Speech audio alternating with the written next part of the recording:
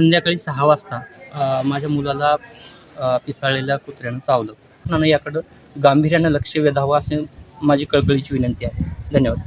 घटना PMI सोसायटीमध्ये जी घडलेली आहे ती अत्यंत दुर्दैवी आणि खतरनाक अशा गोष्ट घडलेली आहे. मी PMI सोसायटीमध्ये बोलतो. आमच्या सोसायटीमध्ये भटक्या पिसाळलेले कुत्रे चावा घेतला होता लहान मुलांना आणि वयस्कर माणसांनाही चावा घेतला.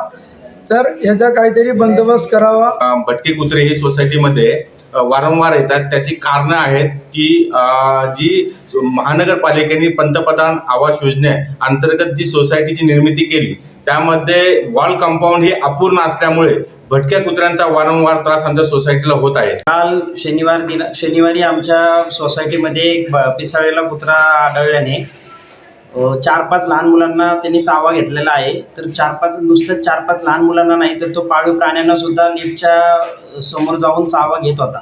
सिंहगड PMY सोसायटी ज्याच्यामध्ये भटकी कुत्रे होते, जिथे आमच्याच बिल्डिंगमध्ये एक राहणाऱ्या बारक्या मुलाला त्या कुत्र्याने चावा घेतलेला आहे. अतिशय बेकाररित्या चावलं होतं, म्हणजे खूप जास्त चावलं होतं.